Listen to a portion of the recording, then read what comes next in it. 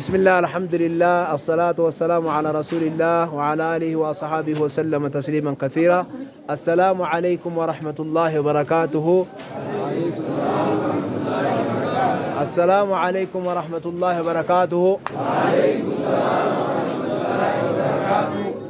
guyaan irraan tanaa akka baatii faranjiitti April guyyaa 21 bara 2025 jechuu akka keenyatti hoomaal akka Itoophiyaa kanatti tole ebla 12 tole taate amma irraan tanaa kitaaba afaan salaataa hawaa'ee salaataa dubbatu afaan oromootiin kaayame kana barattootaaf finnee warri biyya Ameerikaa jirtan ka kitaaba kana nuuf bittan maqaa keessanillee nun dhahinaa waan jettaniif maqaa keessan isin hin dhoynu kitaaba waliigalatti 900 nuu bittanii rabbi isinirraa haa jaalatu.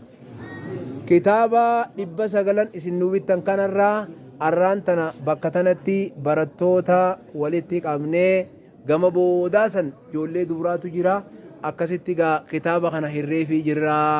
barattoonni kuni hedduu kitaaba kana ni feenaa jedhanii walitti qabamanii kitaaba kana kuno fudhatanii akkamma isin agartan kanatti ol qabanii tatta'anii.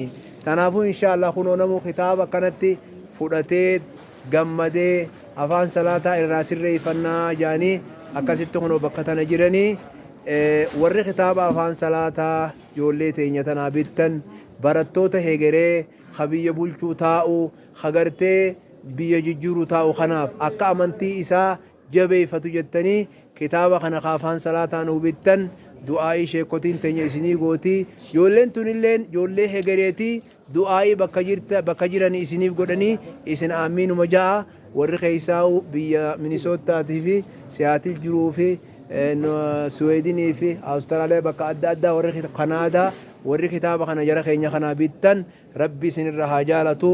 بارك الله فيكم وجزاكم الله خير الجزاء سنين جنة إن شاء الله هنوغا برتوتا خنا كنا ناموسان تاني كتابة خنا لا كنا فرتني ألقبني جرني خنا رتي دعائي جباب دو شيكوتين تينيا إسني هاغوتو شيخ وري كتابة خنا بيتي دعائي كغارت جولي تينيا نقول آجان أكا غارتي اسم بيرا وليلة أبنا وانو مفيتني نوجان du'aa'ii nuu godhaadhaa jedhanii warra kitaaba afaan salaataa afaan oromootiin maxxanfame kana ijoollee teenya bite kana du'aa'ii nuu godhaaf. Bismillahir Alhamdulillah Rabbil Alamin.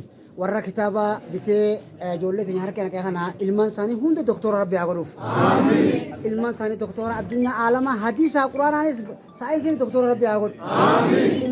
Ummata barakaa rabbi haa godhu. Amiin. Riskii takkaan harkatiin harka isaanii keessa akka kitaaba harka isin keessa kaankaatti harka keessa rabbi haa kaayuuf. Amiin. Boorisii gurguddoo rabbi haa kennuuf. Amiin. Aakhira jannatul firdawsi rabbi isaanii haa kennu. Amiin. Isinillee warra bu'aa buufatee itti fayyadamee salaata bareeffatee rabbi salaata yoo rabbi isin haa taasisu. Amiin. Akkas isaan rabbi haa milkeessu. ilmaan isaanii qaceelloo haa rabbi ilmaan isaanii illee qaceelloo rabbi haa kennuuf isaanii fi ilmaan isaanii qaceelloo rabbi haa kennuuf urmii isaanii urmii barakaa rabbi haa godhuuf warra kana yaadee biyya teenya tanaa kitaaba kanneen kana rabbiin gurguddoo rabbi haa kennuuf muraada rabbi haa guutuuf subhaana rabbika.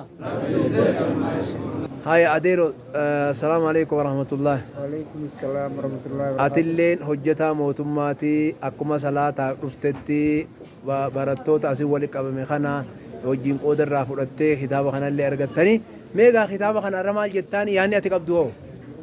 بسم الله الحمد لله رب العالمين أكما سنجتنتي nama biyya tana keessa ture yeroo isinillee rakkoo mudattan san warra isinii wajji qooddate san keessaan jira. Gizee san keessatti namni gizee magaalaa waan isaa fidate meeqa yoo jaaniin gatii siin nu godhaa jaaniin abbaan irraa fudhatu san keessaan as ture. Kan gizee ati reefu haadha qoraanii haadha wadalaa haadha maaree jaan san asiin ture namni magaalaa kanatti gizee san galee manaan jaaradha jee hoggu torba duraa diigaa turan. Eegana mana hidhaa ture achumaan gaa oduma achi wajji dhiibannutu as gaa turre. Alhamdulillah har'a guyyaa kana rabbi nu fidee guyyaa kana gaa odoo oofuu kaleessa bar guyyaa haati ilmoo dhalteen mucaa kiyyaan shee kanarraan jiinaa ji'u san keessaan ture jechuudha.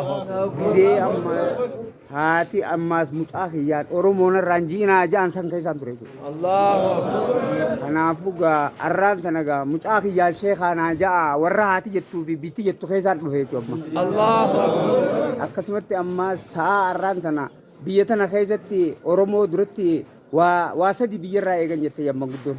Sadeen jennaan Oromoo biyyarraa eeganii immoo booda biyyaan eeganii jette yan. Allahu akbar. Dubra dardara irraa eeganii booda ugguu guyyaan ga'ee dardara sadiif eeganii yan. Allahu akbar. Harree guyyaa isin jirtuudha waraabessa irraa eeganii ugguu isin duute waraabessa sadiif eeganii yan. Allahu akbar. Akkasitti duuba alhamdulillah arra guyyaan sun dabreeti guyyaa arraan tana Oromoon eegan san rabbii dhuufite jechuudha. Allahu akbar. Akkasumatti bara alhamdulillah badhaadhinaa kana dura Islaama Itoophiyaa keessaa nuun jechaa turan malee Islaama Itoophiyaa takkaa nuun hin jenne jechuudha. Allahu akbar.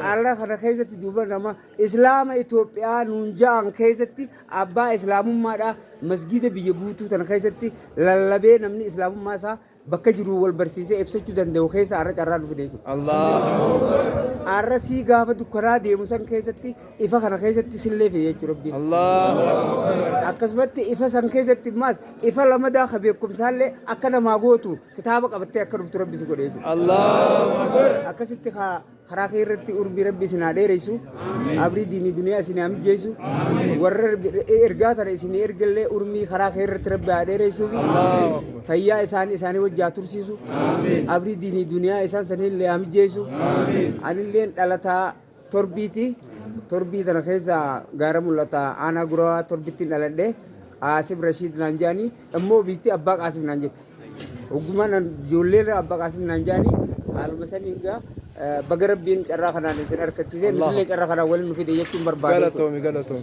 Alhamdulillah. Assalamu alaikum jecha biitee yuutuubii dukkanaa turte arraan tana Sheekh Musaa keenya Sheekh keenya kabajamaa fi jaalatamaa Sheekh Musaa keenya hedduu baay'ee galateeffanna. Maaliif jechaan beekumsa rabbii kanneefiin kitaaba kana barreessee akka nuti waa dubbisnee waa barru nu godhuudhaaf hedduutti gammadeetiin jira. Akkasumas namoota gartee kitaaba kana nu bitanii nuu kana silaa qaraatii fi barbaannaa fi immoo qaraa ajaa'anii nu kennan kana. Hedduu rabbiin ormi isaaniillee rabbi isaanis rabbi haa dheeressu. Waan kana darabbi isaanii dhorkini gubbaa rabbi haa dabaluu fi nullee gartee warra kitaaba kana godhatee harka galfate kana immoo amaanaa gurguddaa nu kennamte kana. Isaaniifis akka sohaaba qabdutti nullee bakka sohaaba qabdutti sheekha keenyallee bakka sohaaba qabdutti nu kanallee warra dubbisee kitaaba kana bakkaan ga'u rabbi nu haa godhu arra hedduu gammannee jirra isinillee ormi isaa dheeressu galatooma ulfaadhaadha jechuun barbaade. Ittiaan suudhaaf Sheekh Musaan yeroo takkarra lama deddeebi'ee hawaasa kana tajaajila guddaa nu isallee gartuufachuu nu barbaachisa. Ittiaan sun warra nu gargaaree akka nu bite kitaaba kana hedduu akka itti gammannee jira. Akkasitti nuti barbaannu tajaajila hedduu nu kennu jirtan galatooma yana warra biyya alaa akka gariitta. Gargaarsiisan ammallee waan dhaabbatanii jennaan sheekonnis akkasuma goonuu jiran akka shabaabaatti nama 900 jira. Ergaa kana qabannee yeroo isaan nu yaamanitti akka dhiyaannu abdii qabna. Galatooma.